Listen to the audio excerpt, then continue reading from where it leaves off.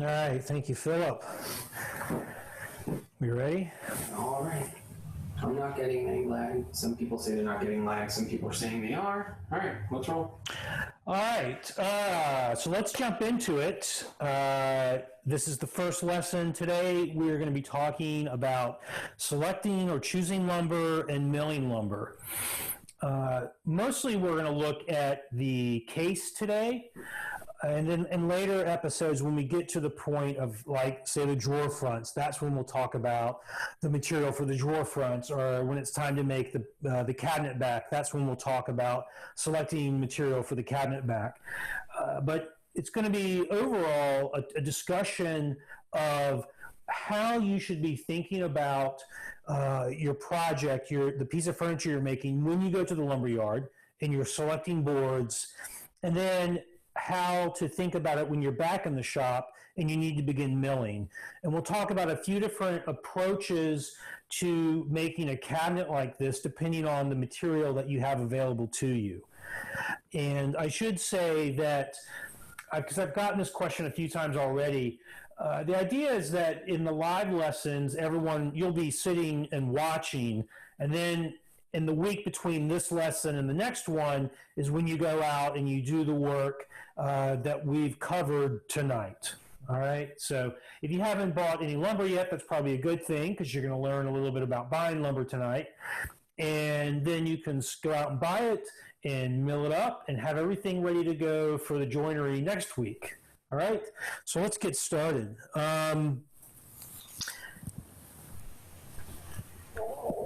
Going to the lumberyard can be fairly intimidating when you first get started, because one, it's like a lot of places that are designed for persons in a profession. If you go to the plumber's house, the place where they sell plumbing supplies, if you're not an actual plumber, the people that work there can kind of be jerks. And if you go to a lumberyard and you're not really sure about buying lumber, rough lumber at a lumberyard, they can be kind of brusque and short with you.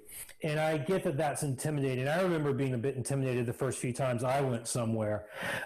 So the information I'm going to give you tonight, I hope will make you more comfortable when you go to the lumberyard, and also enable you to slow down and pick boards that are really going to help make your furniture sing and be beautiful, rather than sort of buying stuff haphazardly. All right. So let's just for a minute talk about why it matters what boards you buy at the lumberyard. All right.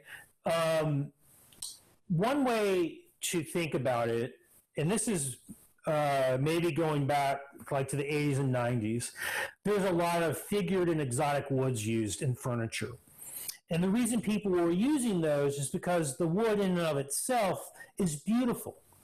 And so they were making furniture from it as a way to sort of showcase or shine the spotlight on these beautiful pieces of wood. All right, so that's one way to think about it, is that you're making something to showcase some really gorgeous wood.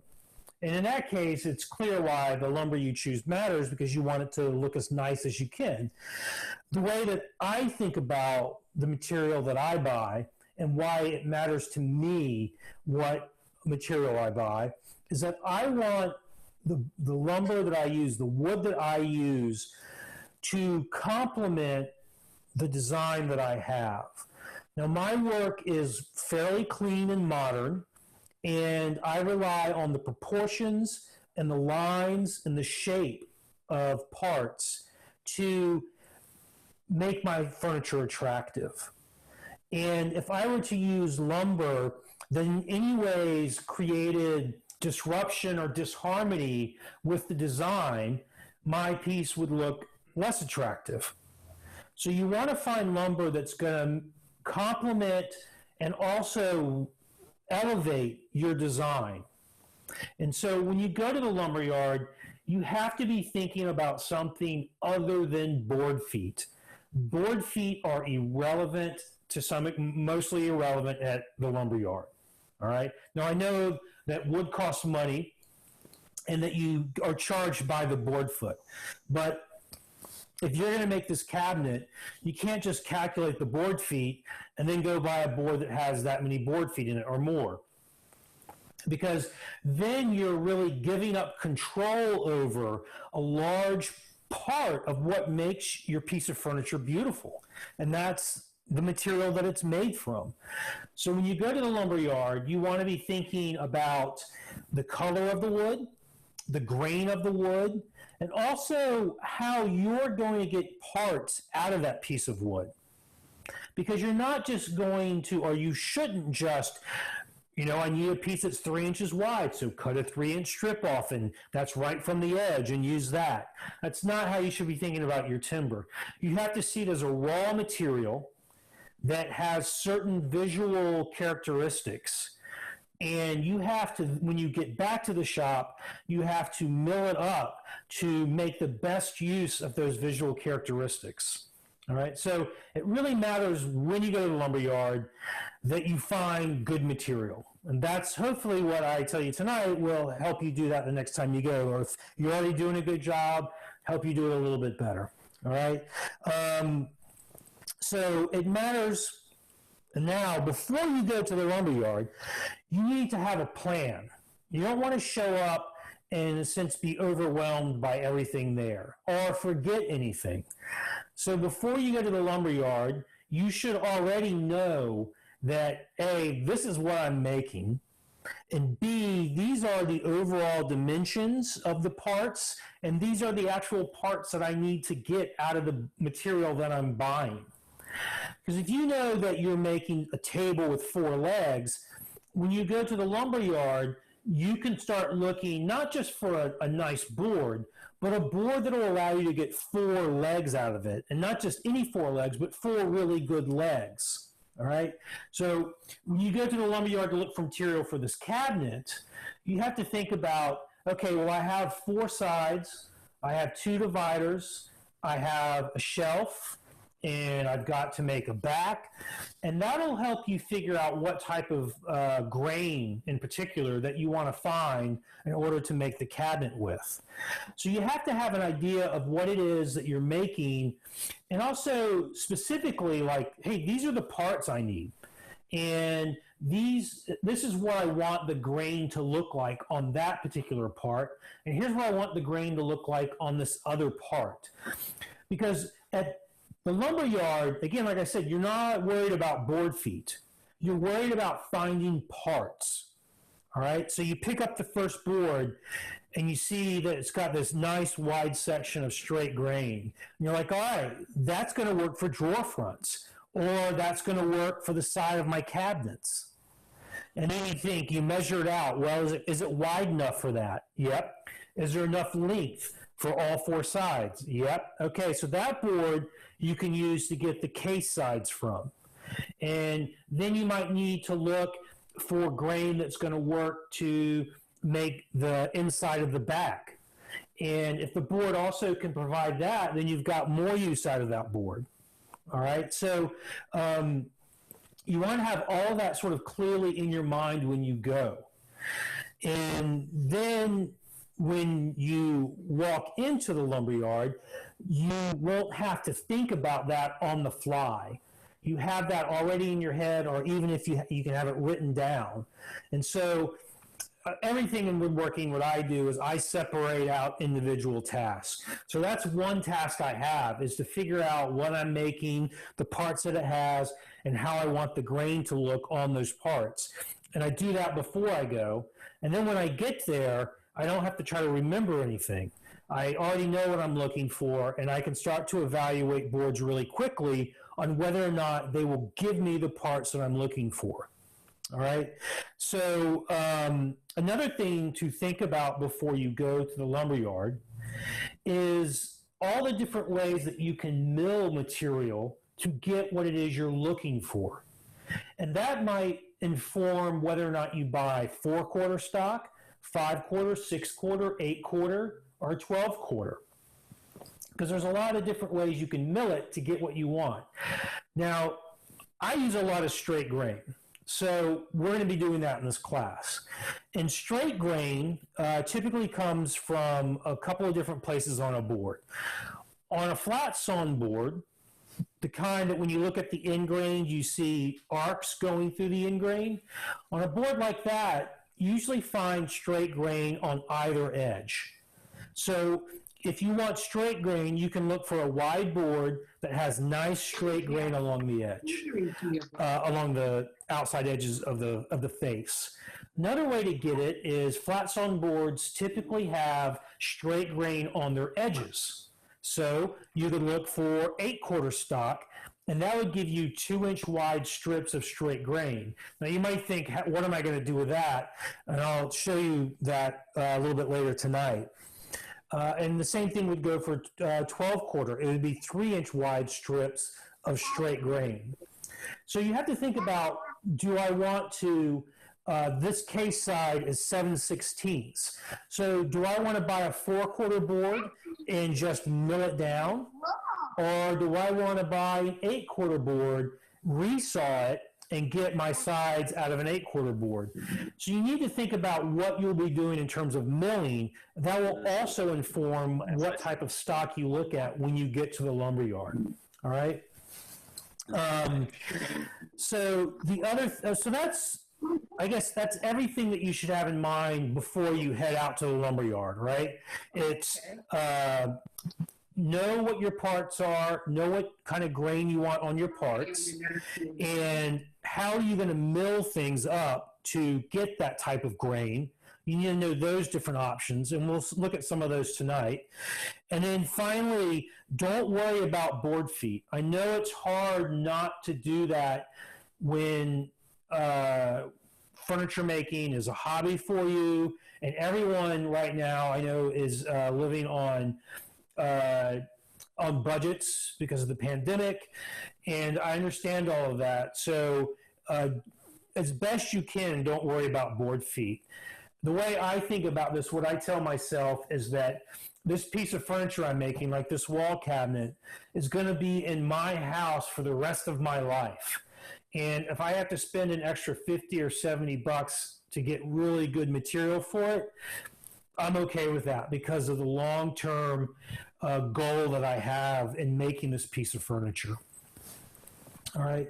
So when you get to the lumber yard, you already have all this stuff in mind. What you're going to need to do is read the lumber. And I'm going to show you the end of a board and start to explain how it is that I read lumber. So let me grab that. All right. Can they see that okay? I want to zoom in on that.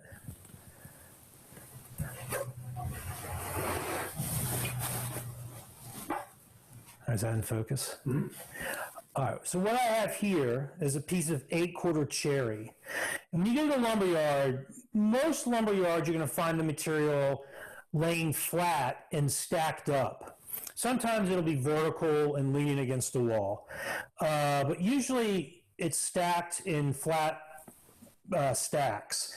And you should be able to see the end grain like you can here. Now, it's possible that it'll be painted, in which case you'll have to just immediately jump into sorting through the lumber in the stack. But if you can see the end grain, you can begin to identify boards that you want to look at, before you begin to take apart the stack.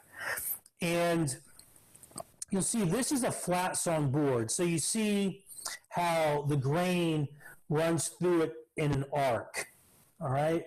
And what I'm looking at when I look at this board, because I want to use straight grain, is I'm going to look out here on the edge, and I'm going to see how tight that grain is when it intersects the edge, and I'm also going to see how far into the width of the board does the grain go at an angle. So see how it's sort of coming through at 45 degrees? And then as you get to the center, the grain intersects what would be the edge at more of a 90-degree angle. So all this stuff out here is going to give you, on the edge, is going to give you grain that is straight. And on cherry, it's not going to have any type of figure at all. As you get to the center, that grain on the edge is going to be quarter sawn, and it'll be straight too, but quarter sawn cherry has a little bit of figure. All right, so it's a little more difficult to work. So by looking at the end grain, I can figure out what the grain on the edge of the board is going to look like if I were to cut off slices from the edge. All right, but I can also figure out something about the face of the board. I don't know if this is going to be, how hard this will be to see.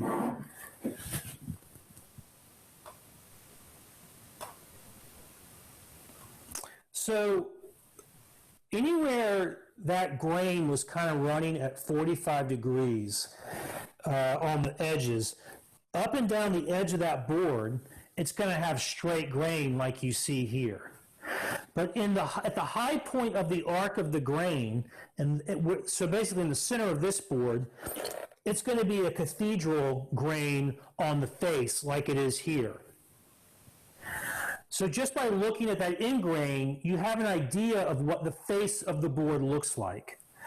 And what I do is, because I want straight grain, I look for end grain that has really tight grain and has what I think will be the widest sections of straight grain on the edges.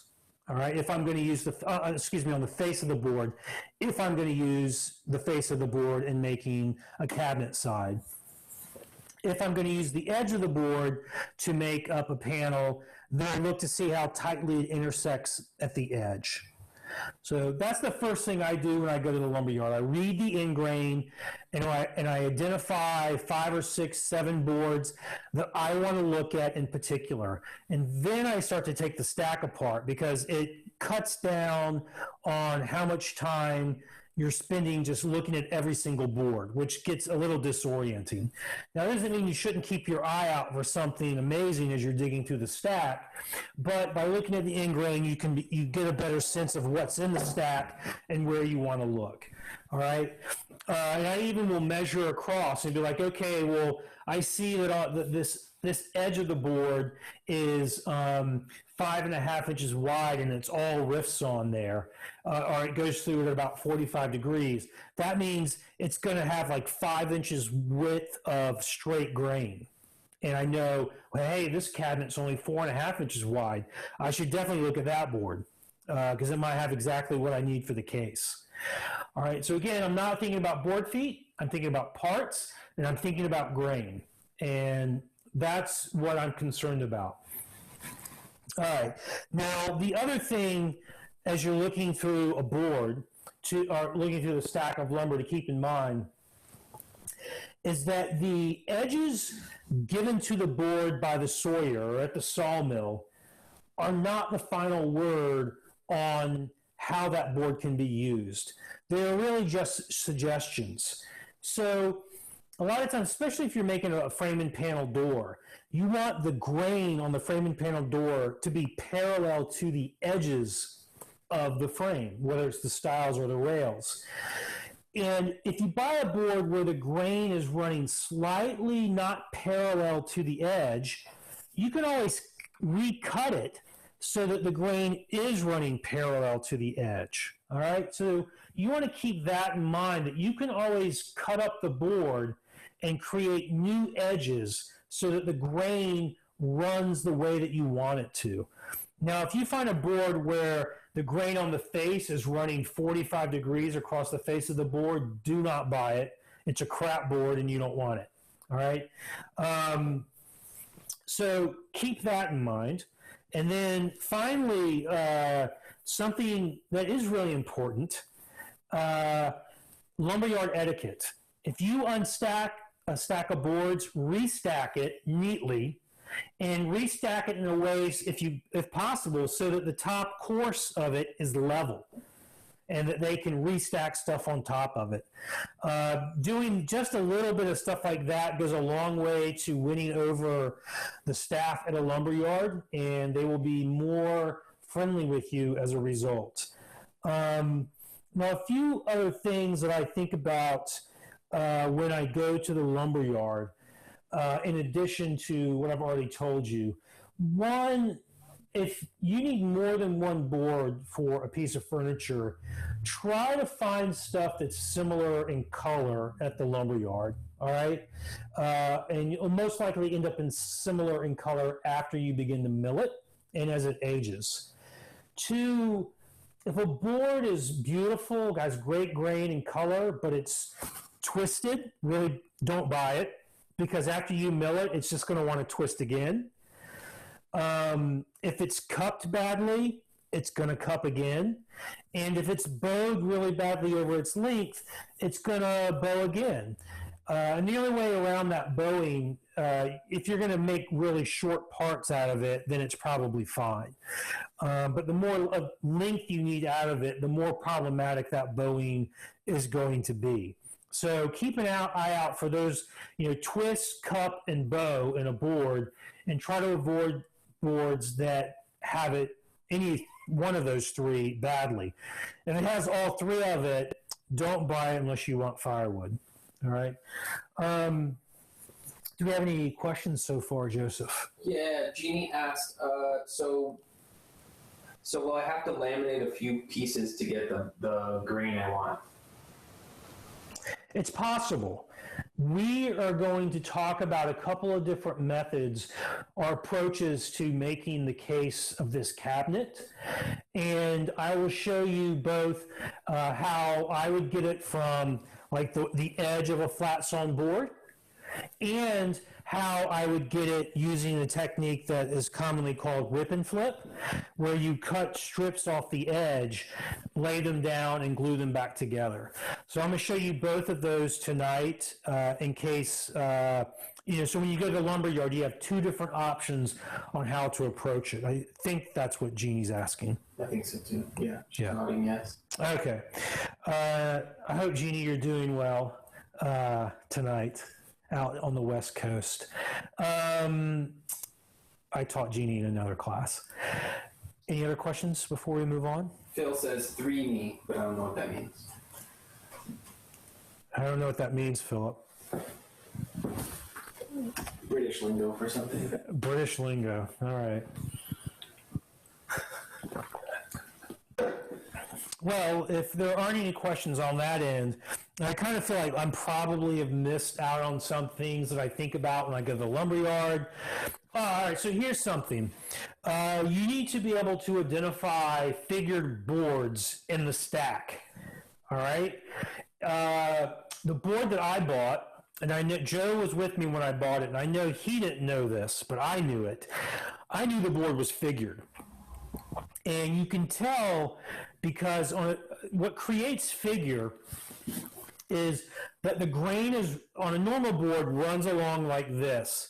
But on a figured board, the grain sort of comes up and goes out of the face and goes back down and goes up out of the face and comes back down. And the more pronounced that is, the more nicer the figure looks. So when you're looking at a rough sawn board, one thing that you can see is that the color of it will look a bit mottled because when the grain changes direction, the light reflects off it differently. And that's what creates figure. It's a trick of light, so to speak. It's what, and the term is called is chatoyance. And so if you see a rough sawn board that has a regular sort of undulating shift in the color, it's most likely figured. And because the only boards they really sort out by figure at most lumber yards, if they even have it, would be maple. So like tiger maple, curly maple, something like that. It's not very common that walnut and cherry will be sorted out by being figured or not figured. But if you know what to look for in the stack, then you can identify figured boards and pull them out and take a look at them if that's what you want.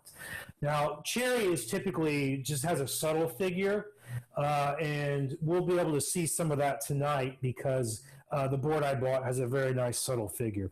So that's something else to keep in mind. Couple of questions. Peter Davidoff says, I live about 30 miles from Aspen in the Rocky Mountains. There's no lumber yards here. Denver's 3+ hours away. Any recommendations for online lumber yard? I was thinking with Craigslist or something. Wow, that's tough. Yeah, you could check locally on Craigslist because there's no doubt people that have sawmills, and you might find something like that. There are probably local sawmills in your area that you just haven't discovered yet.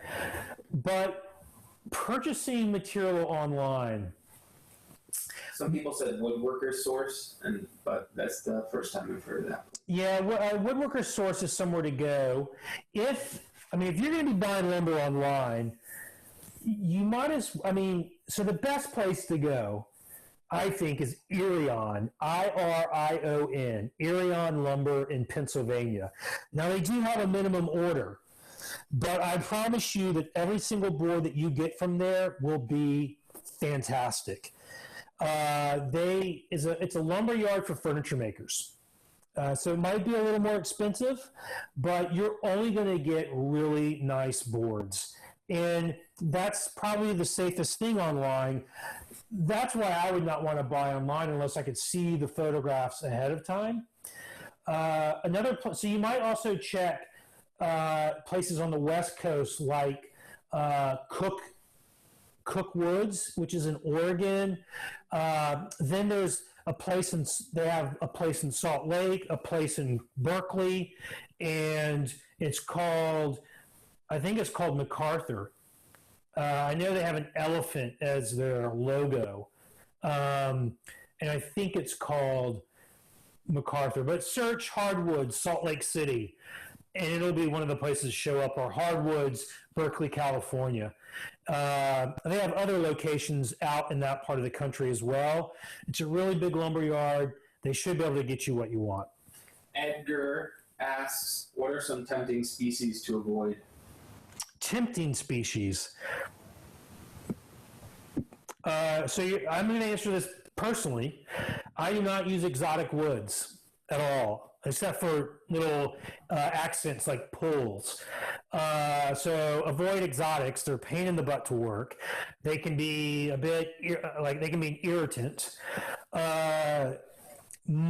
If you're making this cabinet, I would choose walnut, cherry,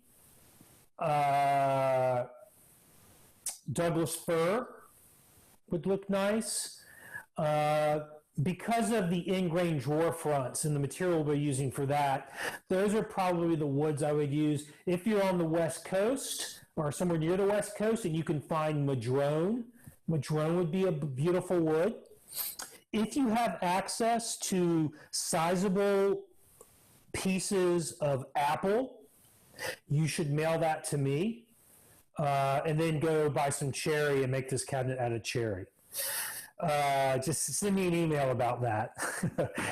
Edgar asks, what about ash or hickory? Those are just super hard to work with, but I think of the two, hickory could look nice. Ash could as well, but ash has large pores, and I think that sort of clean modern work looks better with tight-grained woods. So hickory can be fairly tight-grained.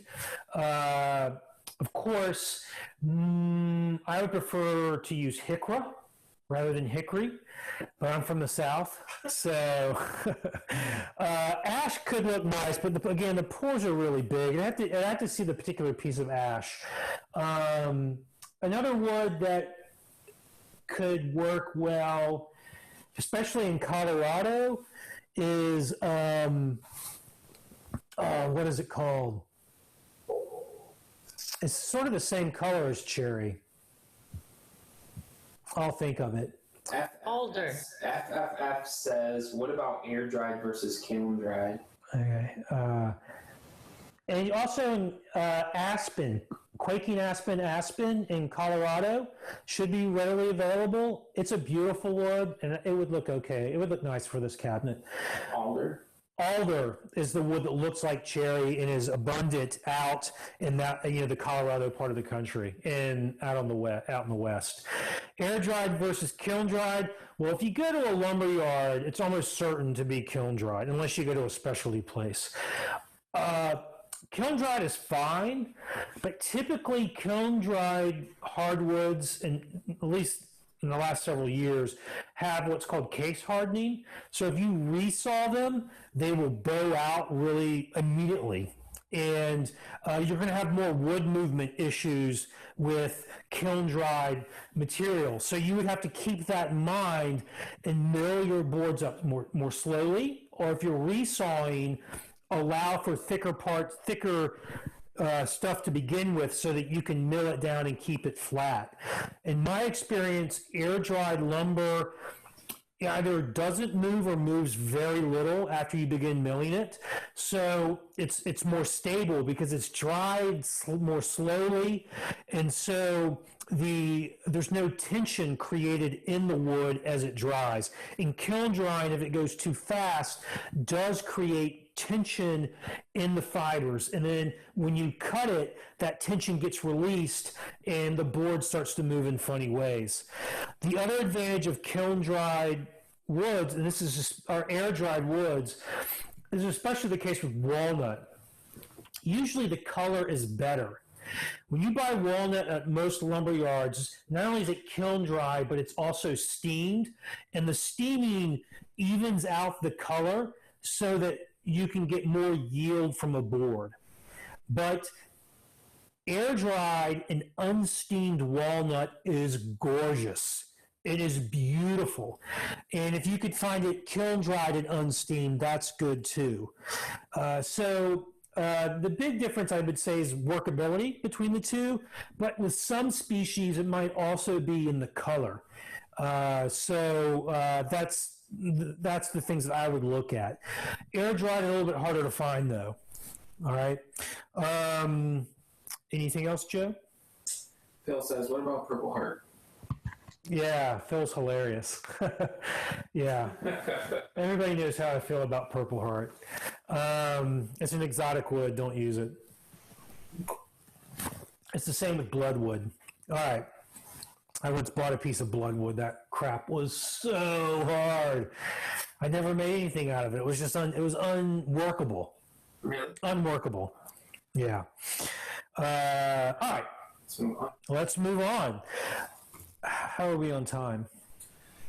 It's still, we have over an hour. Okay, good. This is a good time to move on. All right, so what we're going to do now is talk about milling.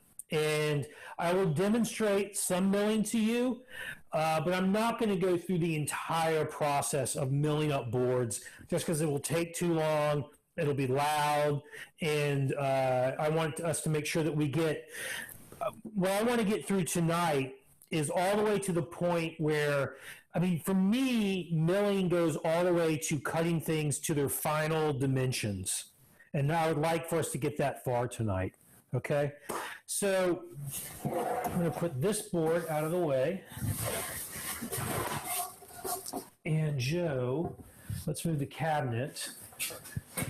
Will you please pass me that end of the board that I bought right there? This one? Yep. Right. Yeah, the one right there by all the cameras and everything. All right, this could be fun. Yeah. Doing it live. All right. So the other day, Joe and I went to the lumberyard that I always use here in Connecticut, and I was thinking about how do I want to make this cabinet? How do I want to make the cabinet sides? And, you know, if you buy 4/4 and you need to get down to, these cabinet sides are 7/16. I mean, in theory, you could cut off some at the bandsaw and then mill it. But in reality, you're going to be joining it and then planing it. And it's just a waste of a lot of material. I personally am resistant to that. So what I ended up doing was buying 5/4, and it's actually a little thick on 5/4. So I knew that I would be able to resaw this and get my sides out of that and use up less material or waste less material. Now, how did I sort of go to 5/4? Well, one, they didn't have 6/4. But two, these sides are 7/16 of an inch thick. And I know that if I split 5/4, that gives me two boards that are 5/8 roughly, or a little bit under actually. But that's thick enough for me then to joint and plane them again to get down to 7/16. All right. That is, if your bandsaw is set up well. We'll talk a little bit about that shortly. So I chose one way to approach this was to look for a board like this one. This board was 12 feet long, which worked out well for me. But it's also about 9.5 inches wide. And on the section that I used, the 6-foot section that I've already cut up and milled for tonight, along either edge was like 4 to 4.5 inches of straight grain material. And actually on one edge it was more than that. It was like 5.5 inches. So this, in a sense, the center of the tree was offset to one side of this board, which gave me a lot more rift sawn material along the edge. And I knew that I could resaw that and use the face of the board as the face of my cabinet sides. So that was one approach I had in mind when I went to the lumber yard. Look for a 5/4 or 6/4 inch, 5/4 or 6/4 board that had a really nice wide section of rift sawn material on the edge of the board. And that would allow me to get my case sides and dividers and shelf out of. All right. The other approach, which I often use, is to look for a piece of 8/4 or thicker material. Now, most lumber yards are not going to have material thicker than 8/4. All right, so you would look for something in the 8/4 range, like the board that I showed earlier. And what I would be doing then is looking at the edge of the board to see how tight the grain is on the edge. And what I would do then is, and I'm going to show you all this, is rip out strips. In this case, they would be about 5/8 of an inch thick. And I would lay those strips down and glue them back together to create a panel that's all straight grain. So tonight, we'll talk about milling the material for this cabinet using those two strategies. All right. And then we'll go all the way through the end and cut them to their final dimensions. Rip and cross cut. All right. Any questions pop up before I jump into this? I don't think so. Okay. So you get back to your shop, you got your rough sawn lumber, you need to start laying out the parts and roughing them out, all right? Milling goes, there's a particular order in which you do milling, and you always want to do it in the same order because, well, some of the things you can't do until you've done something else first, but also by doing it in the same order all the time, you're less likely to make mistakes. All right, so I'm just going to run through what this order is first, and then we'll go back and talk about the process for making this cabinet in particular. All right, so the first thing that you do is you're going to rough out your parts. And you want to get them as close as you can to their final dimensions with leaving enough length and thickness and width to accommodate wood movement as you are milling. All right? So when you joint and plane a board, it's going to be flat and have two parallel surfaces. You come back tomorrow, it may not be that way anymore. So normally, people recommend milling up your material over the course of several days so that when you finally get to that last bit of milling to bring it to its final thickness, it's not going to move anymore. All the movement's out of it. Okay? So that's when you rough things out, they've got to be oversized. Then after you rough them out, you're going to joint a face and then joint one edge square to it. All right, that's the easiest way to do it. Strike that. You're going to do it the way I do it. The way I do it is I joint a face, and then if resawing just messes everything up. It just complicates everything. And we're resawing this stuff, so I'm going to explain to you how to do this resawing. All right, so what we're going to do is joint a face. Then you're going to run it through the planer just enough to make the other face parallel to the first. All right, so that you have two straight and parallel faces. Now you can go back to the jointer and edge joint one edge.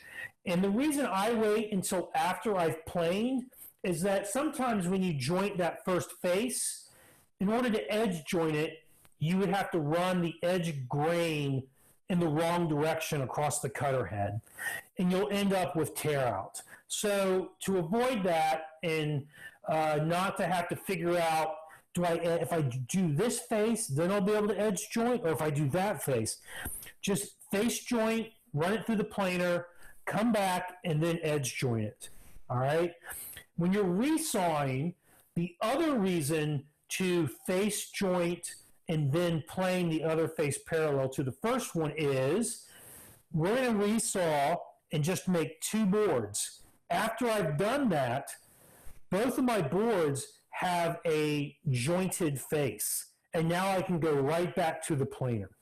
All right, assuming that your boards don't move a lot, okay? But if they move a lot, you got to go join them again.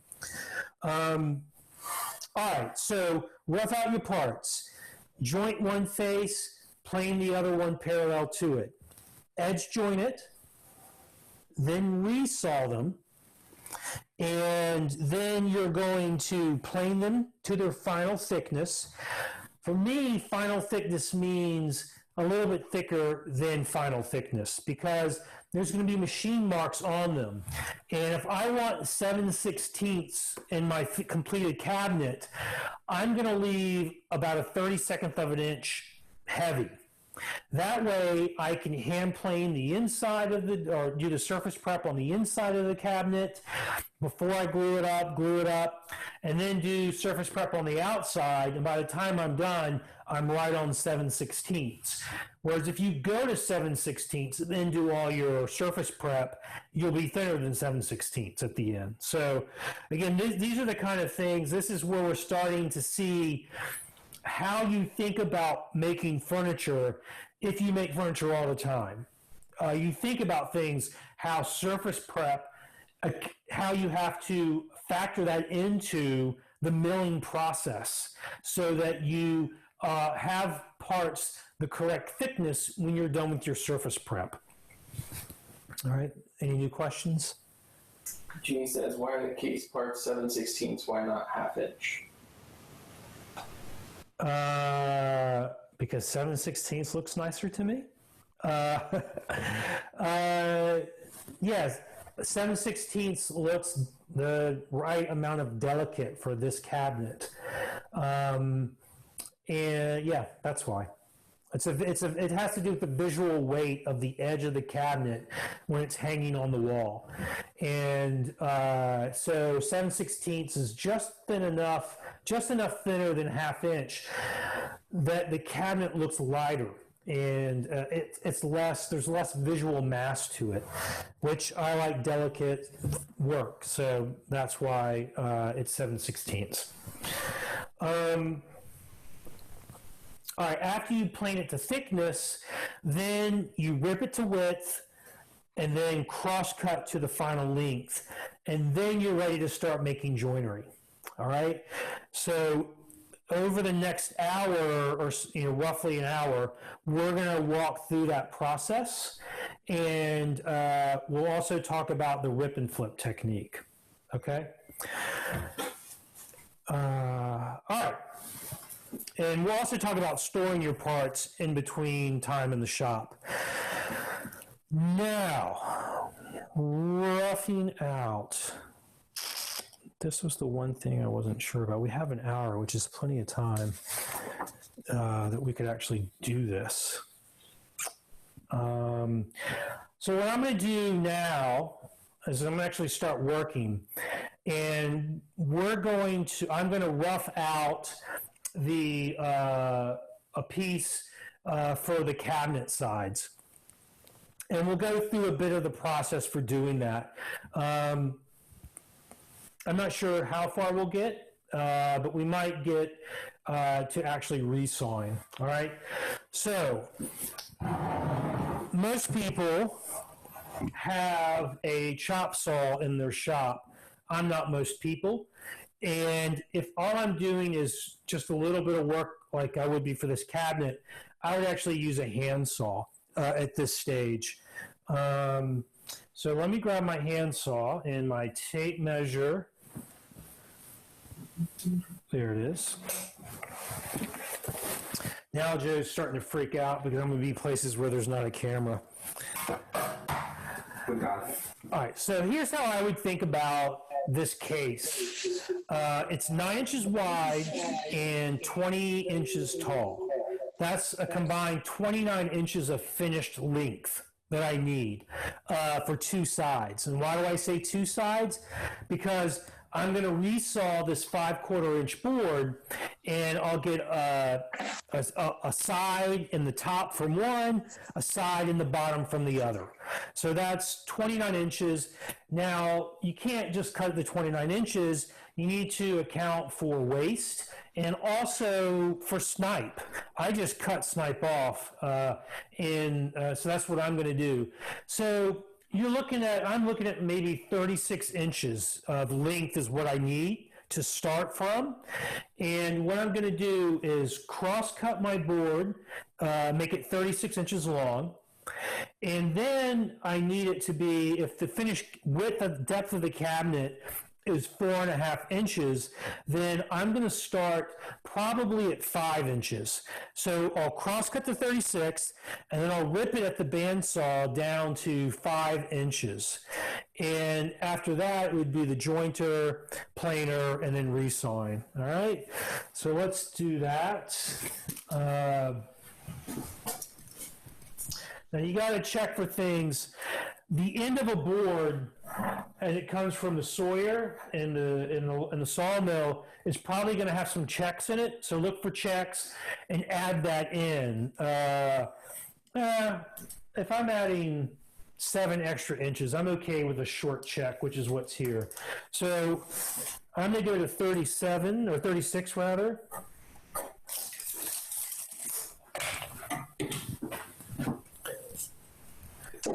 It'd be nice if I already had a board cut down to 36 inches.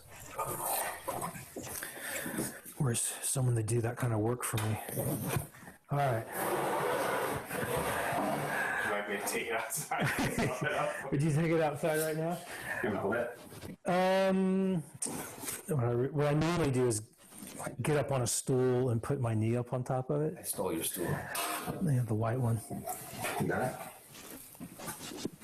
This could get fun. Everything I need is woven into all the wires and everything. All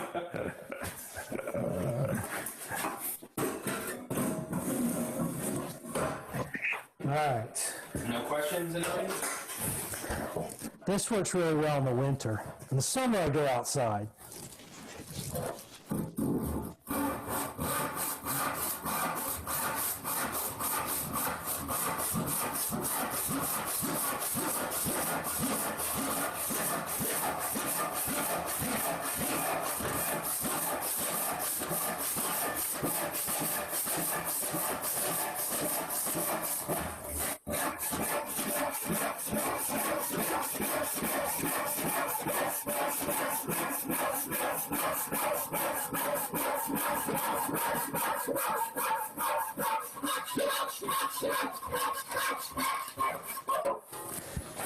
All right.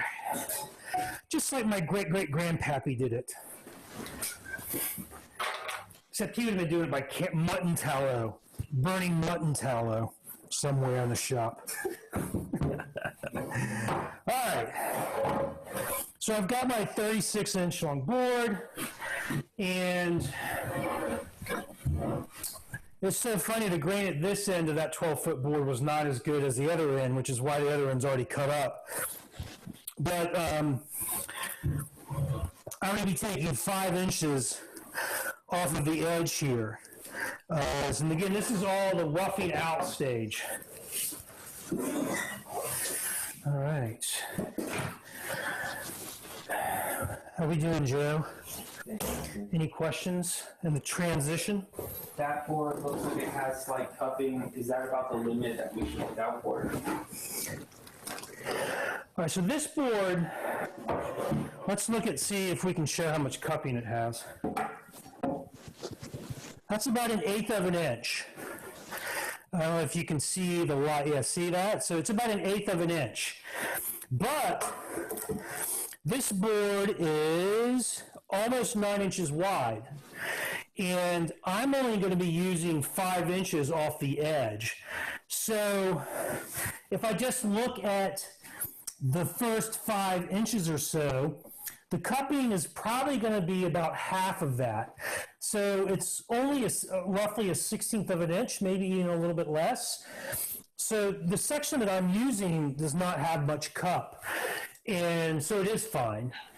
If I were using this full width, that amount of cup would be okay as long as I wasn't trying to get like an inch and 3/16 out of it. All right. If you were going for like an inch thick board, you would probably be able to get that out of this, even though it has that much cup. And that's sort of the way you have to think about it. Is until it starts to get absurd, But if it's an 1/8 of an inch, 3/16, I would not buy a board that had a 1/4 inch of cup across its width. But you can think about it as, okay, well, if I'm going to rip this down the middle, that's going to cut the cup in half. And then is that going to be too much for me to get my final thickness out of? All right. All right. Any other questions before we? That's it for now. That's it for now? All right. So I'm going to step over to the bandsaw. And just briefly, do you have that bandsaw camera on? Hells to the yeah. So the first thing about using a bandsaw, I get asked a lot actually I just did a live seminar this past weekend, and someone said, well, what kind of table saw blade are you using? What blade do you recommend? And it's the same, I have the same answer for that as I do for what bandsaw blade do you recommend, what chisels do you recommend. A sharp one. That's the most important thing. It's got to be sharp. So when you start to, rough milling is not the end of the world, but once you start resawing, you need to have a sharp blade on. My bandsaw typically has a thin kerf resawing blade on it. You can get them from Highland Woodworking or from Infinity Tools. I believe it's the exact same blade based on my using both of them, I think it is. But either one of them, they both work great. And that's normally what's in my blade. I think the wood, it's called Wood Slicer from Highland, and I can't remember what Infinity calls theirs, but it needs to, there's a whole 2-3 hour thing we could do on setting up a bandsaw, which we're not going to do tonight. But you want to make sure that at the minimum, you want to make sure that your fence is parallel to the blade. And if it is, and even if the blade has a little bit of drift in it, you've accounted for the drift. So make sure that the blade and the fence are parallel to one another. All right. I'm going to rip this down to 5 inches. That's what I said.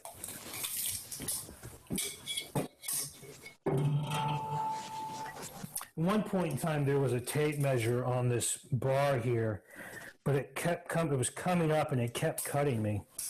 So I took it off. Years ago. Good stuff, right? All right. I am going to try on the dust collector, but it should automatically quiet itself down. Hopefully I can mute it. All right, I'm gonna go with the.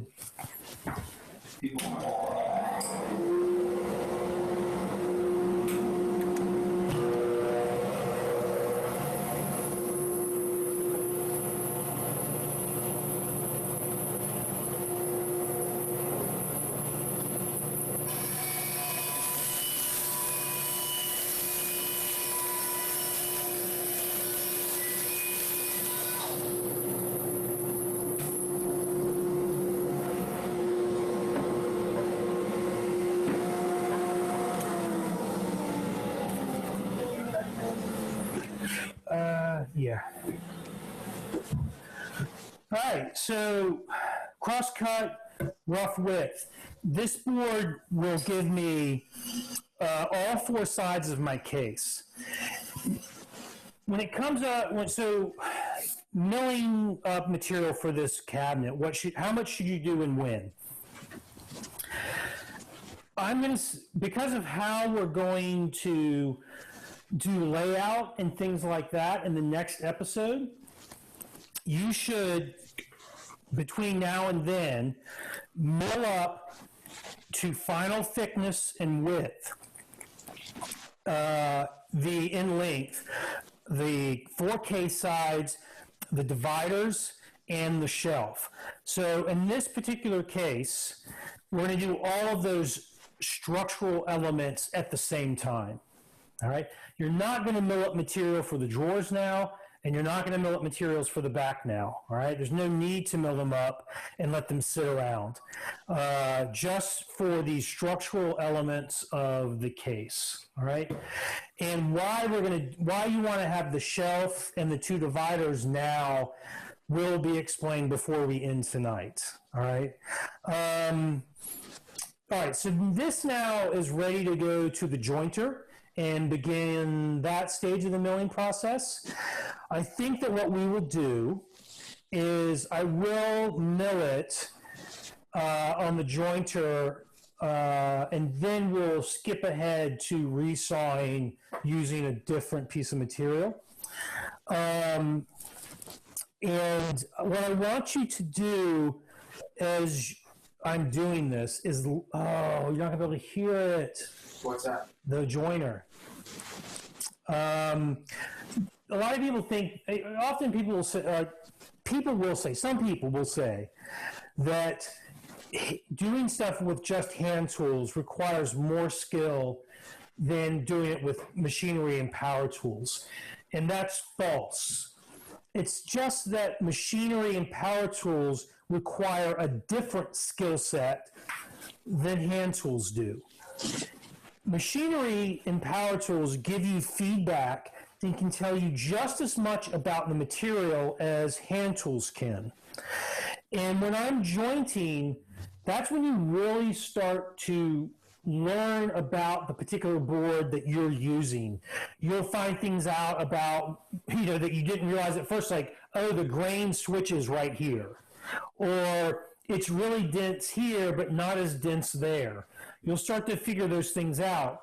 And one of the ways you can do that is by the feedback that the jointer is giving you.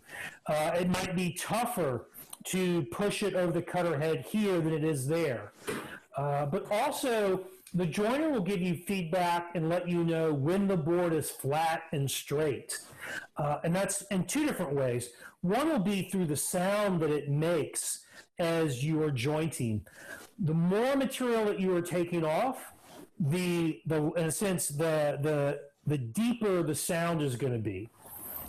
So if the board's cupped, initially it's going to go over the cutter head more easily, and two, the sound that it makes is going to be different. And the more material that you take off and the more the cutter head that you engage, the more difficult it becomes to push the board across the cutter head, and the sound that the machine makes will deepen. And in my experience, that's true no matter what type of cutter head you're using, whether it's straight knives or a segmented cutter head. So you want to start to listen and listen in a sort of holistic way to the feedback that the joiner is giving you. Okay? You're going to join. I'm going to joint. We're going to make lots of noise. Now, when I turn on my joiner, it shakes the entire house, I switched games, so. and my neighbors lose all power. All right, which camera do you have on? That one over there. Oh, okay, because you moved it. You know, it's going to be to my back, right? What's that? It's going to be to my back. Yeah. Yeah. Just a safety note here. If you were to cut your finger off on a table saw, you can pick it up and take it to the emergency room, and they will sew it back on. If you have a finger go into a jointer, there's absolutely no reason to look for anything. It is no longer there. Just go to the emergency room. And that's all my way of saying to you, never, ever run something through a planer with just your hands. You have to have some type of push pad, push stick, whatever, to keep your hands as far away from the cutter head as possible. All right? This is what I'm joining here. Grain direction now starts to really become an issue. If you want to know which way to run a board's face across a jointer, you look at the edge of the board. Can they see this? I can't see what You they can can go to this camera. Oh, let's go back to this camera. Yeah.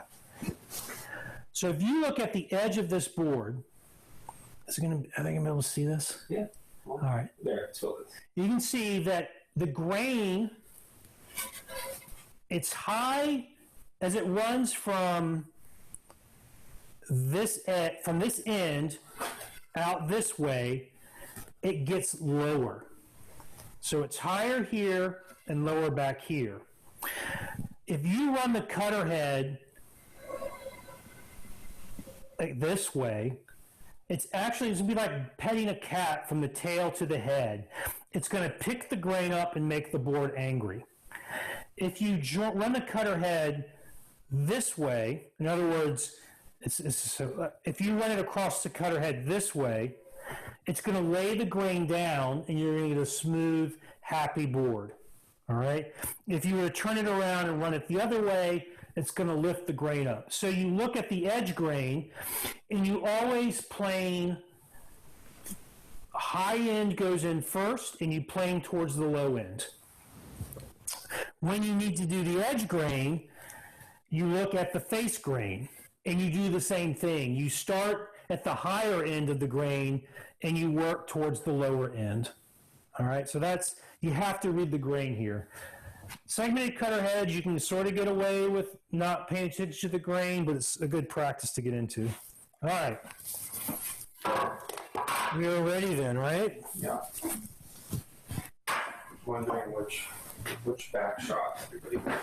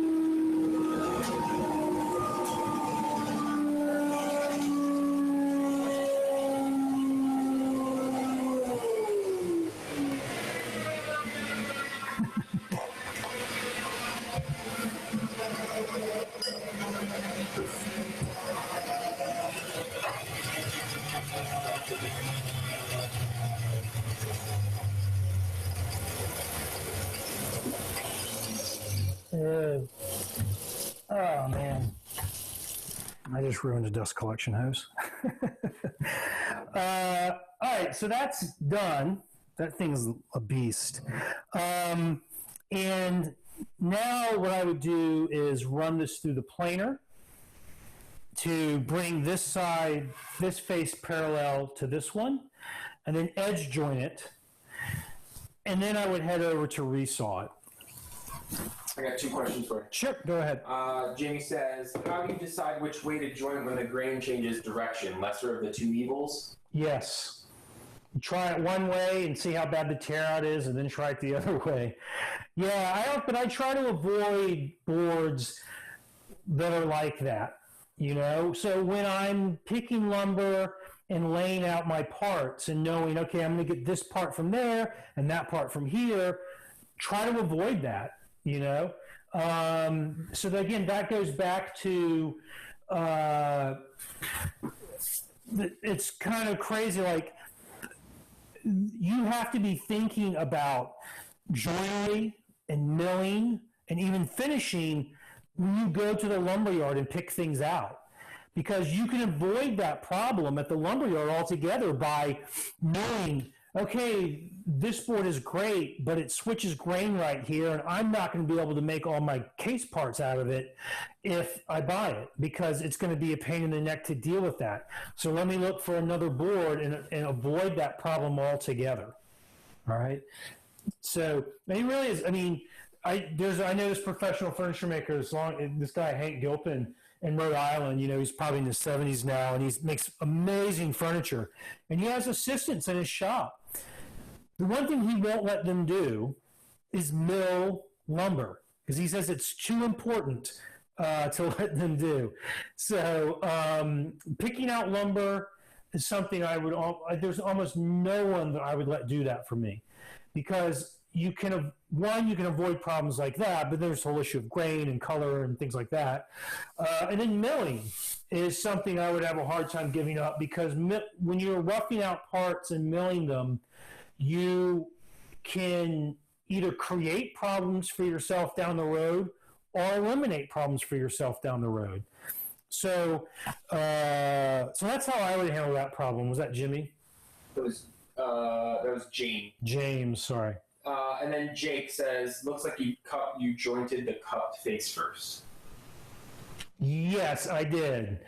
Normally that's what you should be doing, because when you have it's a frown, you have 2 points of contact on the jointer, which is more stable than if you have it as a smile and you just have 1 point of contact on the jointer. I don't always do that, but it's only there's special situations where I wouldn't do that. It would just have to do with the individual board and what I was making from it. So there's no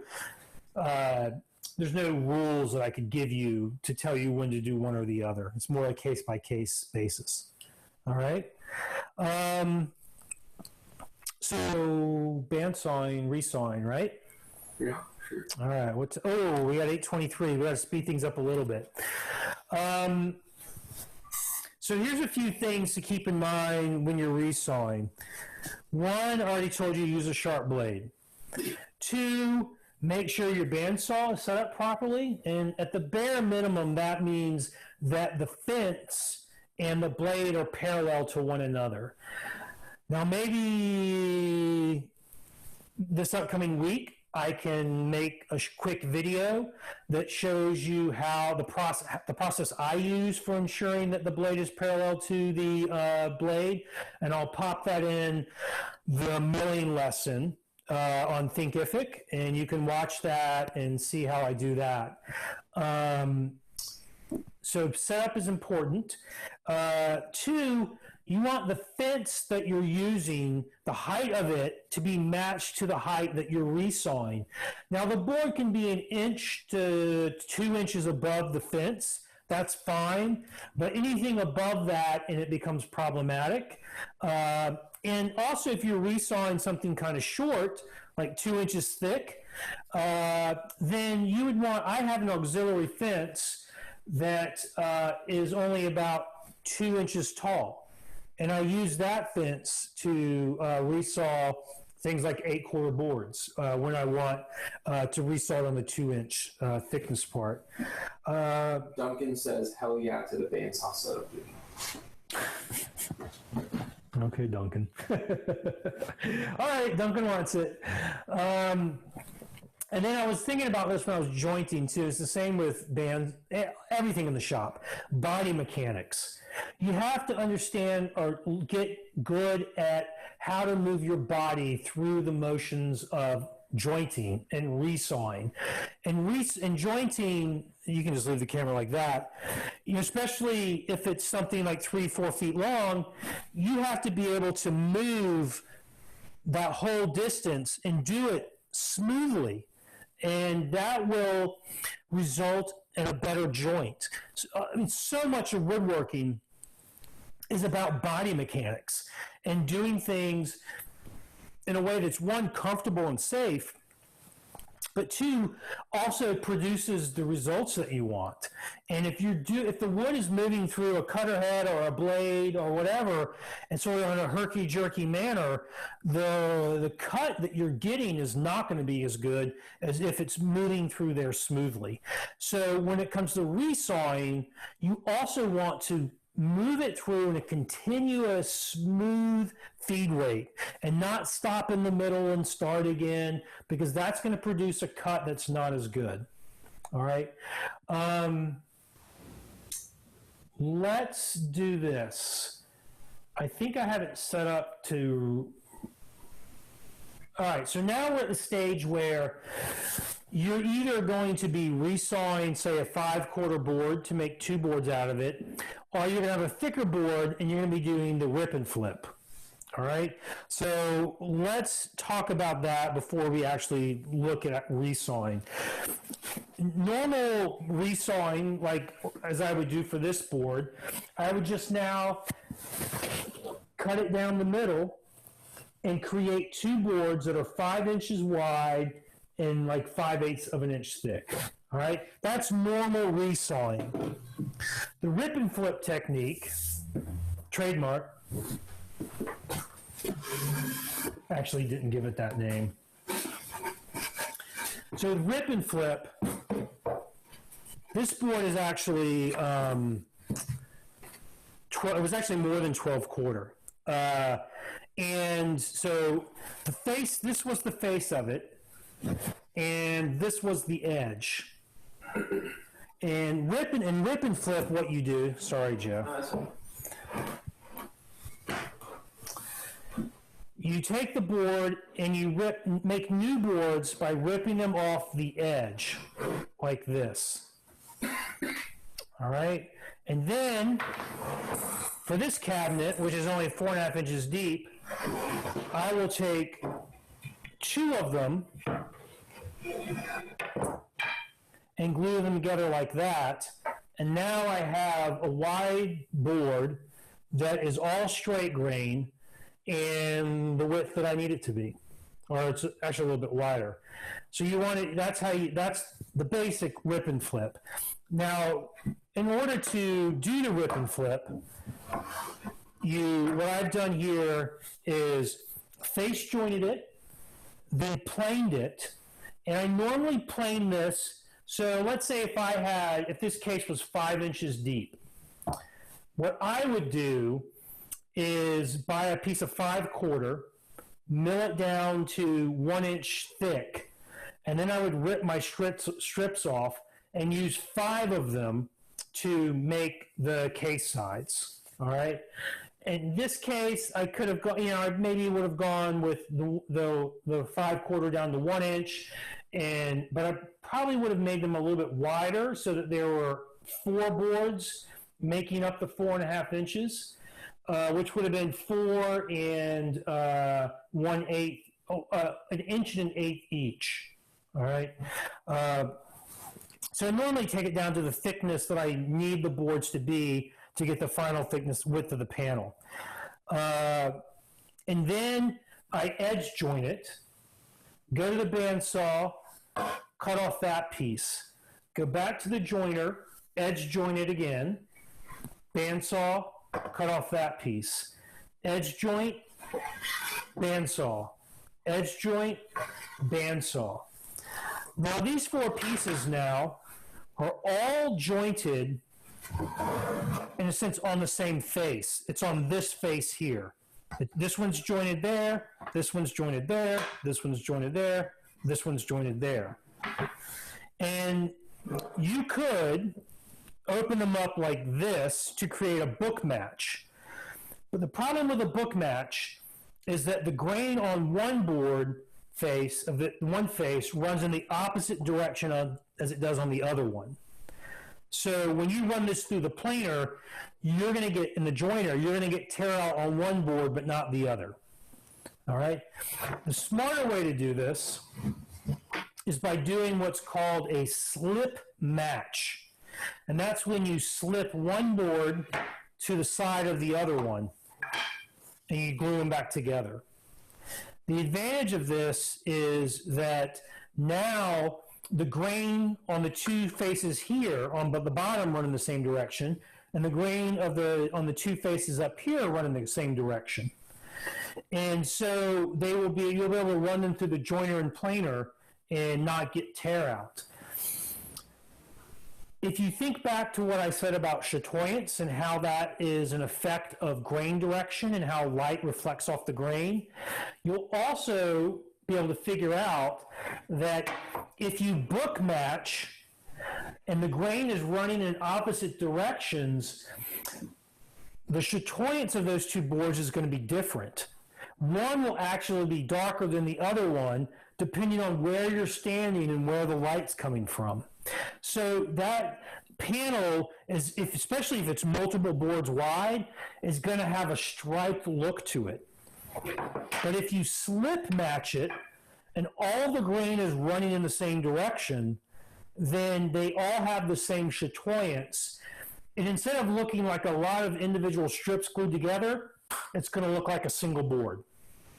All right? So again, you have to be thinking about all of this stuff at the same time. I mean, chatoyance, you got to be thinking about chatoyance because chatoyance affects how your furniture looks when it's completed and light is reflecting off of it, which it's going to do in your house. All right, any questions? No. Even this 12-quarter board has a figure in it.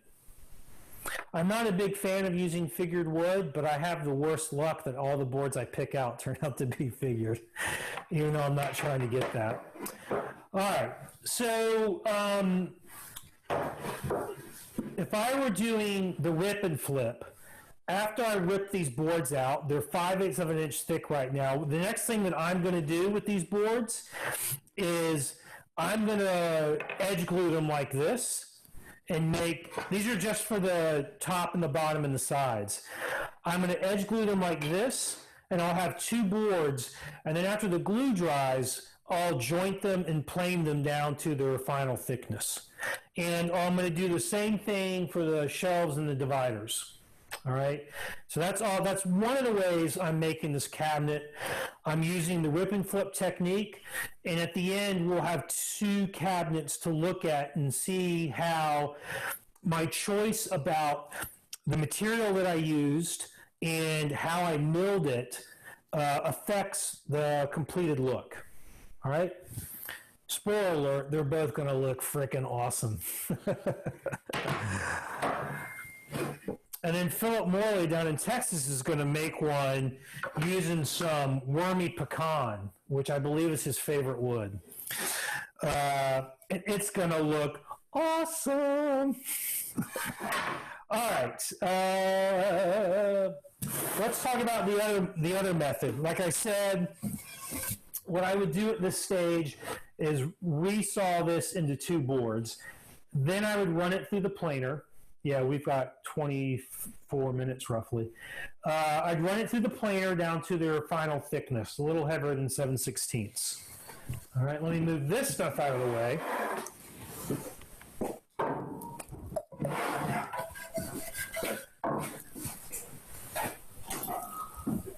And move this stuff out of the way. Get some water. pet the cat. Check to see if the baby has enough milk in its bottle. Dance a little bit. And come back. All right, so earlier today, I milled up material for the cabinet parts so that we could jump ahead to the last stage of what we're doing tonight. And again, if you have questions about anything I've gone through tonight, if you don't think of it now, you can post it. I sent a link out to everybody for the little community or forum that I created for this particular class, and you can ask questions there, and I'll make Joe answer them. All right. He'll have to run all his answers by me, though. Yeah, I was going to say. So I have everything I need here, and what we're going to talk about now is getting them to their final width and length, and what the process is for that. Now, I will say that without thinking about it, I actually ripped all these down to their final width, or technically a little bit over. So they're a little over 4.5 inches now. The reason I go over 4.5 inches, what I will do is take a hand plane to one edge of all of them. Then I will rip them down to their final width, or just over it, and then take a hand plane to the other edge. And that way, all of my edges are, in a sense, ready for finish right from the get-go. I find it easier to do that before I glue the case up than after I glue the case up. All right? At least for the top, the bottom, and the sides. All right. I don't have a pocket knife in my pocket. I'm not a smart man, Jenny, but I don't have my pocket knife. Yeah, give me that one. All right. We'll come back to the plastic before we're done.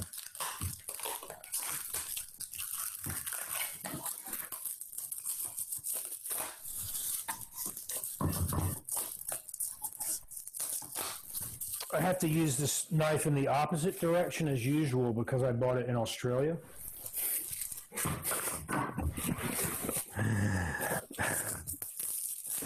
Got a couple funny odd look. Yeah, it's like a toilet Coriolis effect joke. All right.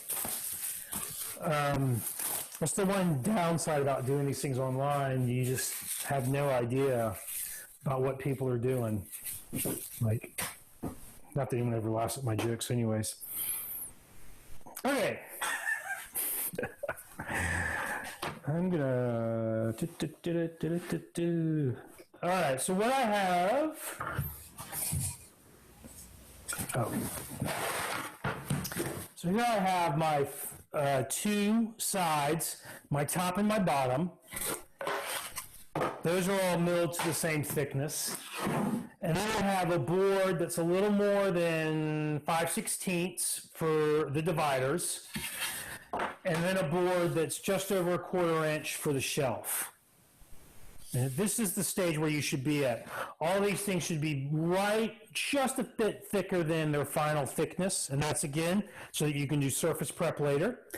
And now we're going to cut things to their final lengths. Now, there is a good systematic way to do things. If you have parts that are different widths, you always rip the wider ones first and then work down to the narrower ones.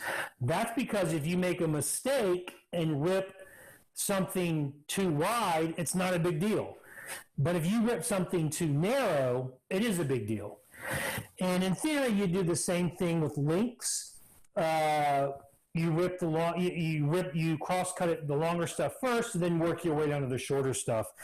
My things are already sort of visually separate, so I'm not going to worry about that. What I'm going to do is I'm going to do this with a miter gauge and my table saw.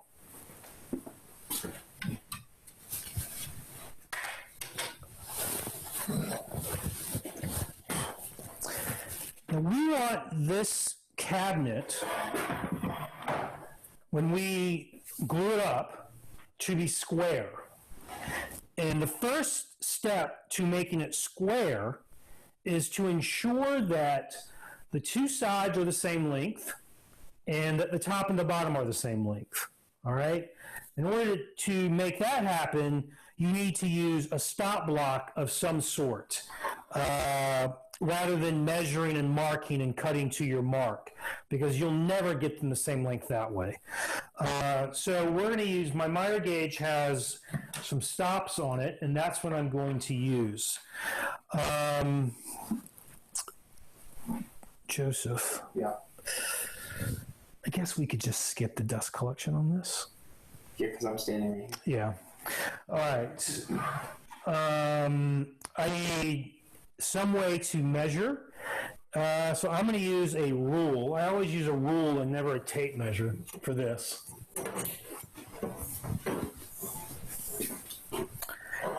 The two sides, the finished length is 20 inches.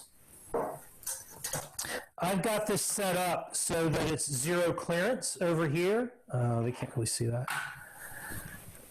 This end here is zero clearance with the blade, so I can measure straight from that.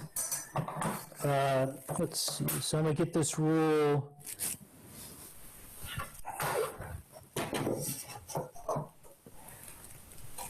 Flush there.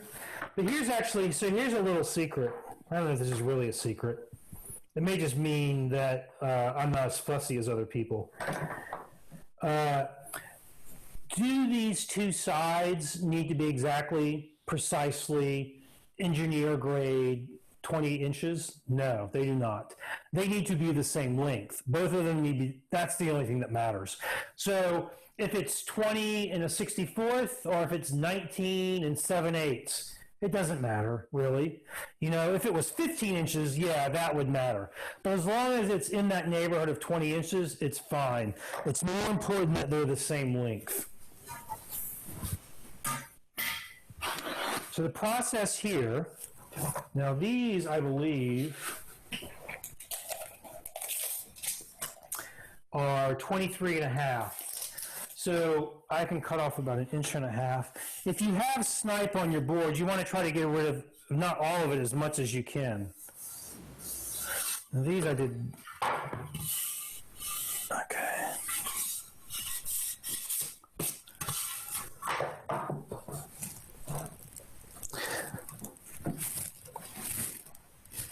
You don't have to cut them at the same time. I'm going to expedite matters.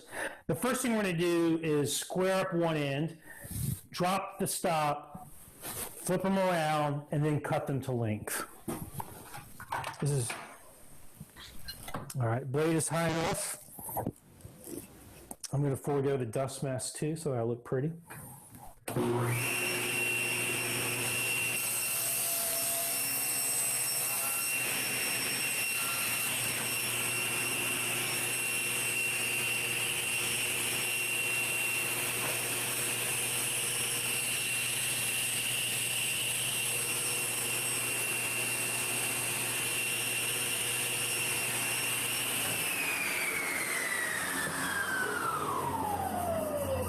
As I was about to cut that other end to length, I realized you do want to stop and think about which end do I really want to cut away in case there is something gnarly that you don't want to show up that you could cut off. But these boards are pretty nice. So I think I'm good. I'm just going to go with what I had.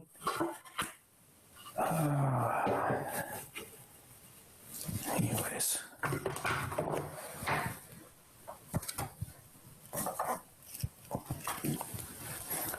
All right, Governor.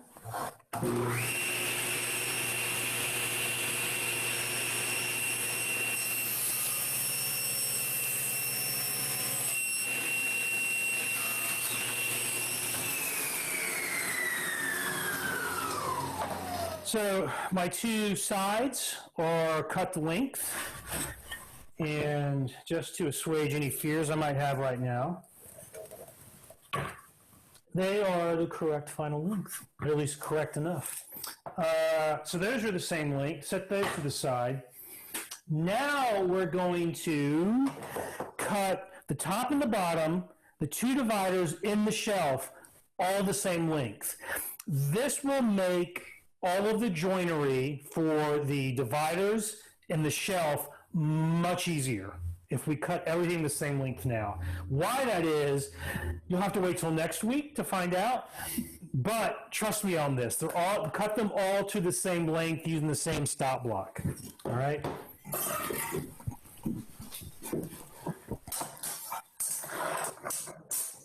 This was supposed to be 9 inches, right, Joe? Sure. Oh. I don't have the drawing for me. I don't have the drawing. I can't do it without the drawing. Sorry. All right. I will say this about the drawings that, the drawing that I put up.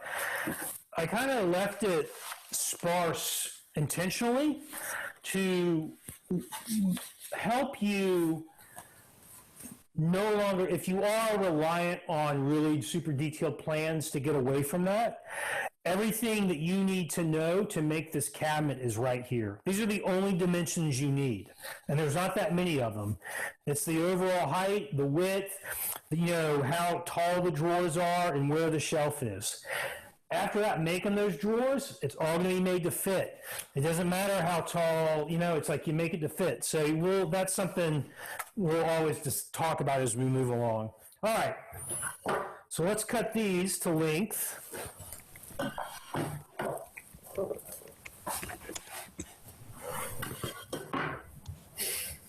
What? Is Philip being a smartass? No. He's probably gone anyways. Had to go. Commented pretty quick, just a little bit ago. He needed a Topo Chico. All right, cut these to length.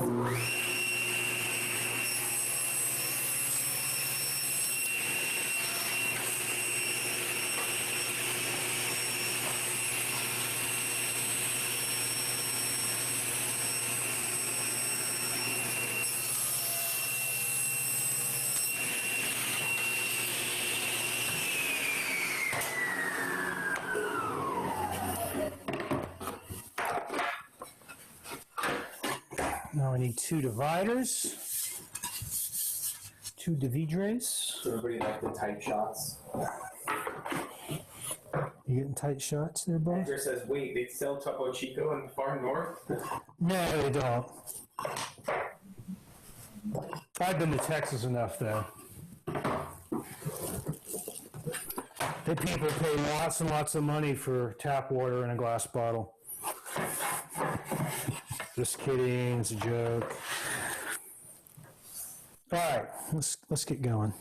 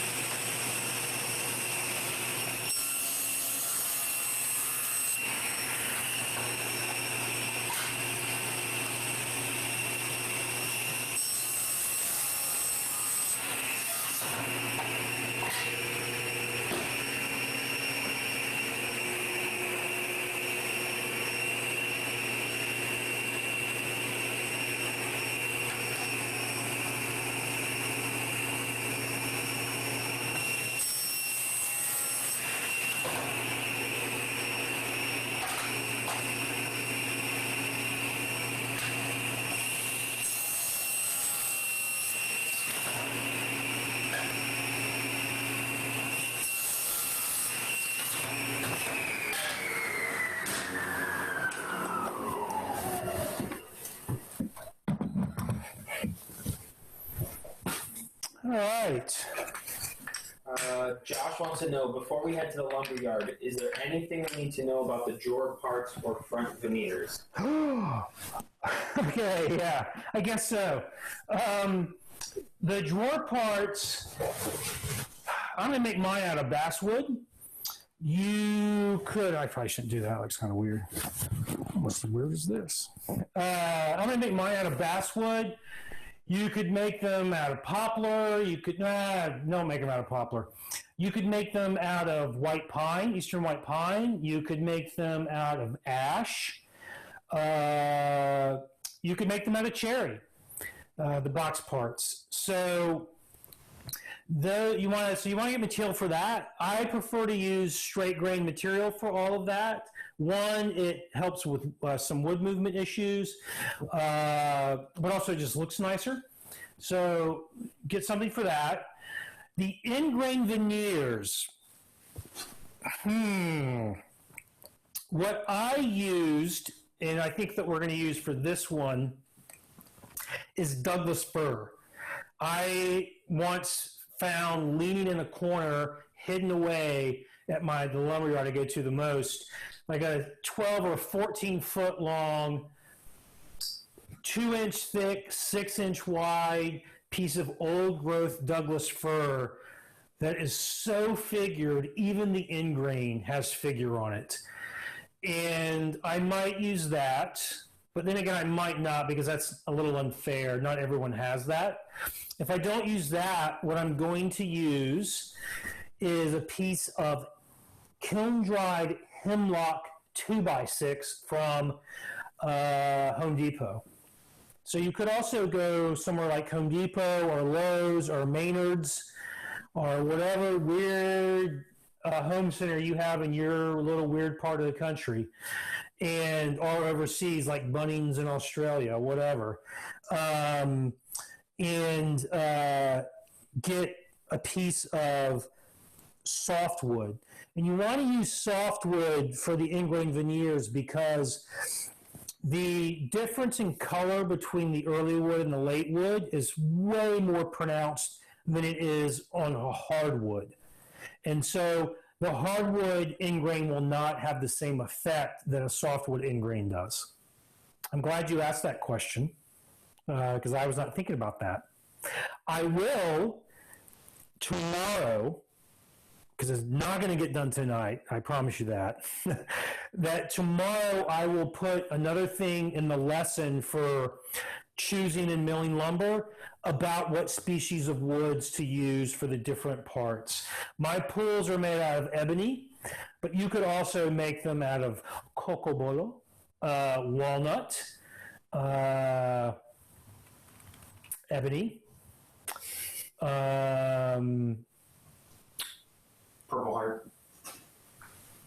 Purple Heart, as long as you never show me a photograph of it. All right, so there's the woods. Edgar says his Home Depot Lowe's only sells white pine or southern yellow pine, where he is assuming neither are a good option. White pine. Yellow pine is a wonderful wood for many things, but I don't think these Endgrain veneers are what I would use it for.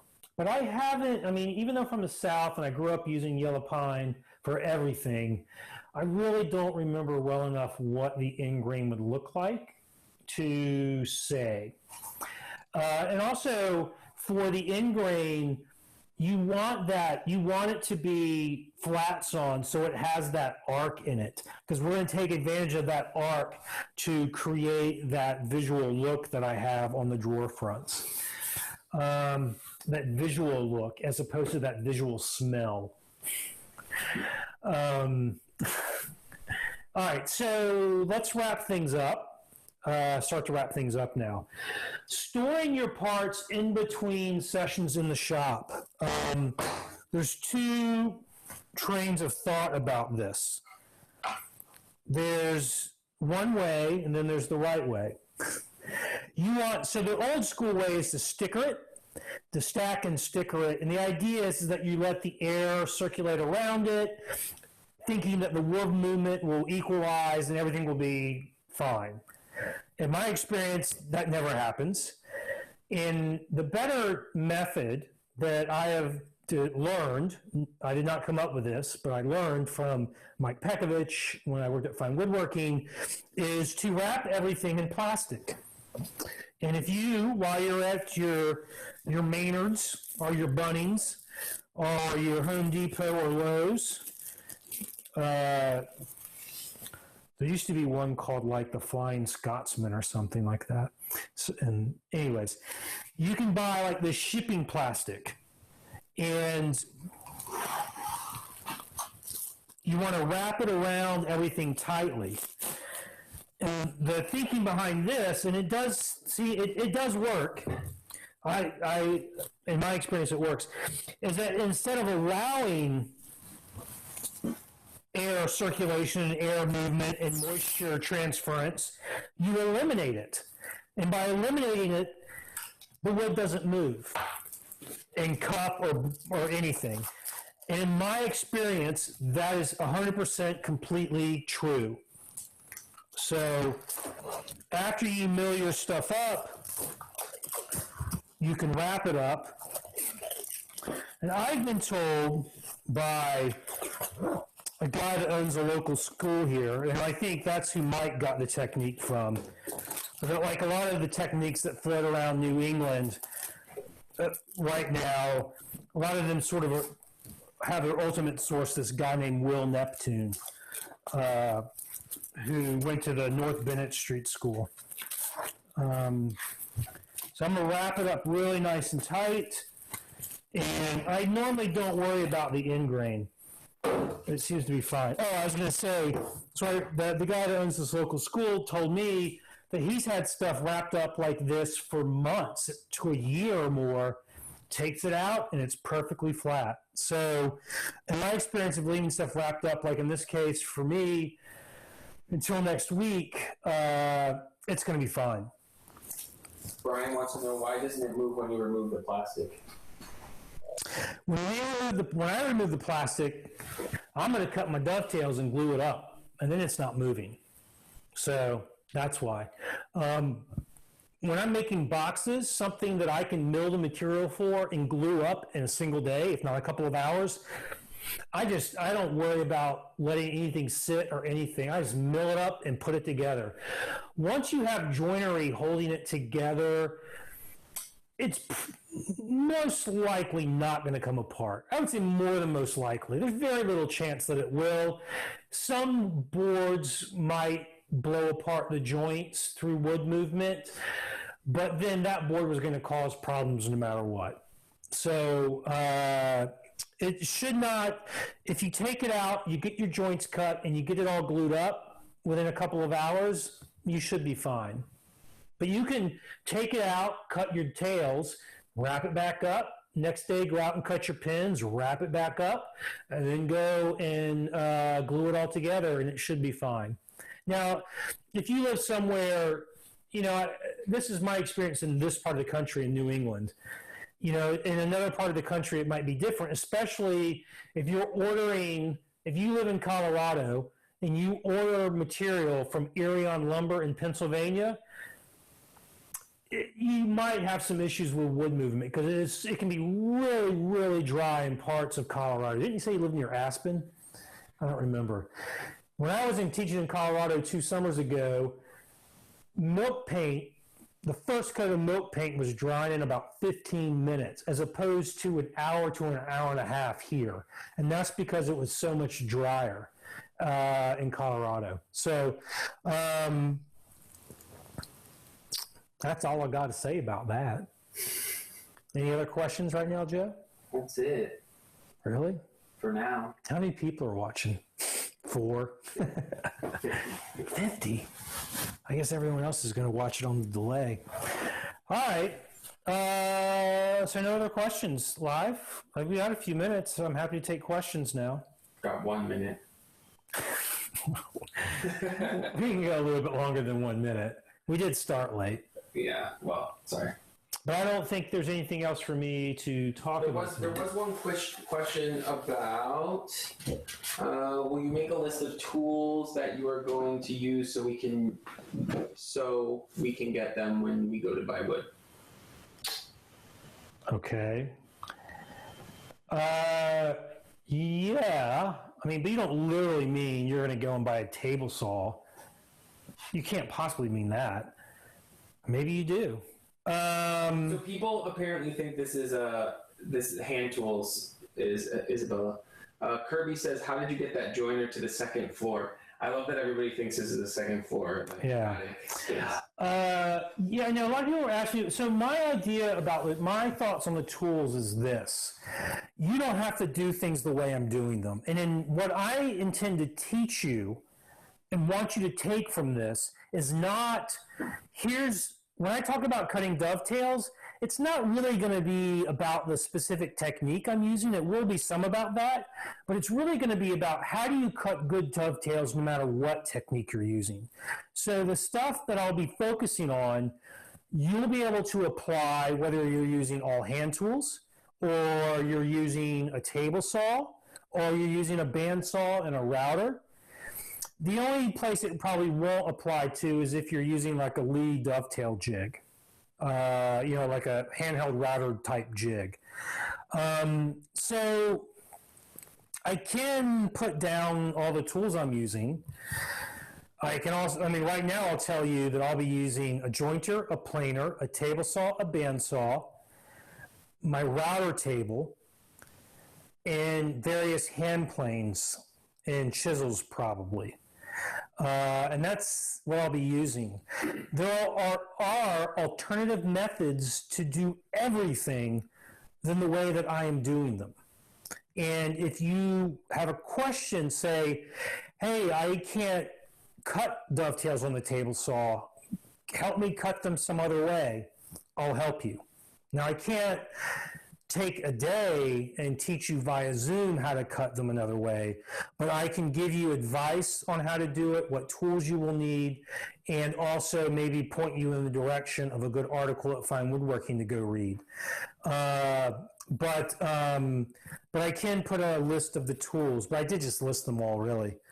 Andrew wants to know, can you confirm top, bottom, dividers, and shelf are all cut to the same length? Yes, they are. So we just did, right? Yep. The top, the bottom, the dividers, and the shelf at this stage of the game are all cut to the exact same length. And then Neil wants to know, I noticed you never suggested maple. Is there a reason to avoid it?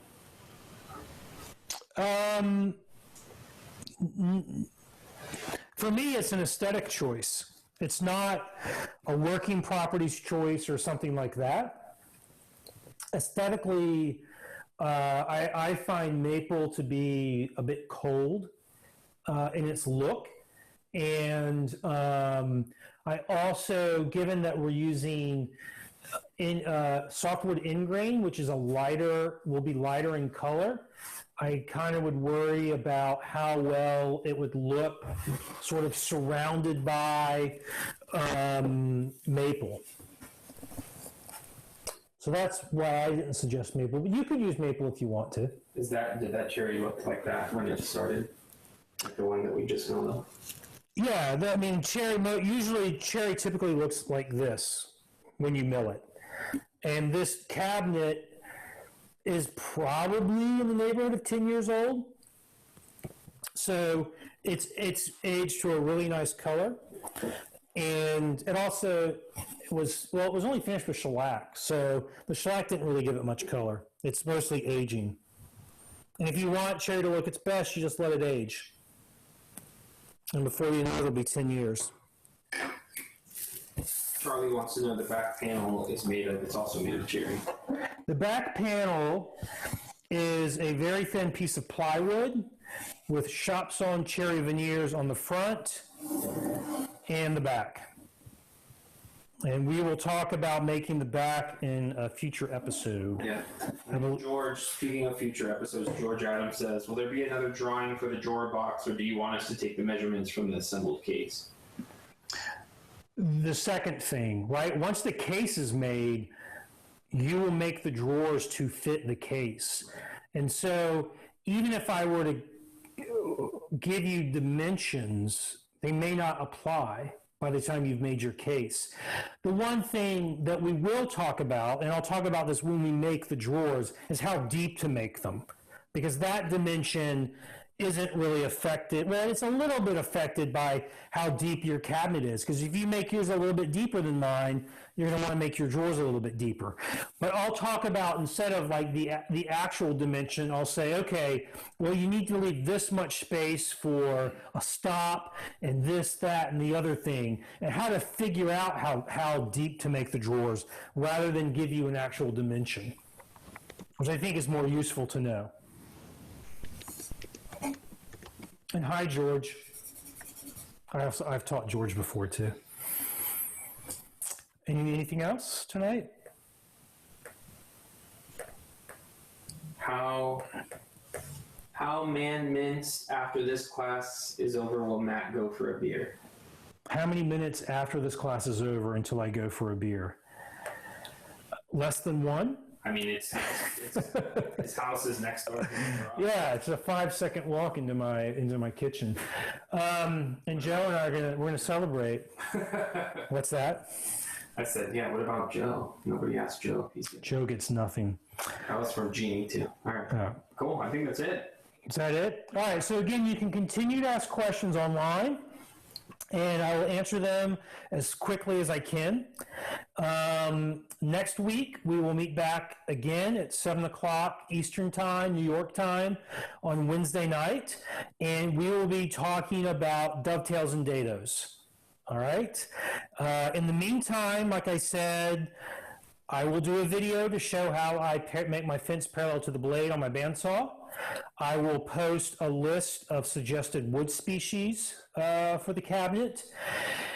I will also post a list of tools that I will be using, with the caveat that I'm not telling you to go out and buy a new bandsaw. I'm not telling you to go out and buy a saw stop. But if you're looking for an excuse to, it's a great time. Yeah, whatever, go and do it. But because there are other techniques, and it's really what I'm focusing on. I want this to be more than just do exactly what I'm doing, build along. I want this to be more like the classes I taught when I was a college professor, where you try that when the students were done, you wanted, in a sense, it's like you're pushing your kids out of the nest. When your kids leave the house, ideally, they are fully functioning, independent adults. And we know that's not always the case, if ever the case. But when we get done with this, I want you to feel really confident in your ability to go out and design a piece of furniture and make it. And so it's like, I want to get you past the point of focusing on dovetails, now focusing on the dados. I want you to get to the point where you're conducting everything, and you're not just a musician sitting in a chair. All right? Great way to start. But you might have to take more classes from me than that. No, I'm just kidding. All right. Well, thanks for tuning in, everybody. Thank you very much for signing up for the class. I greatly appreciate it. In this year of not being able to travel to teach, this is amazing for me to be able to do this. I hope that tonight was informative, reasonably entertaining, and that the technical difficulties that we've experienced, especially at the beginning, were not too problematic. Hope next week we should have everything worked out and everything will go more smoothly. In the meantime, have a nice weekend, get out in the shop and do some work, and I'll see you next week. We're going to leave the meeting now.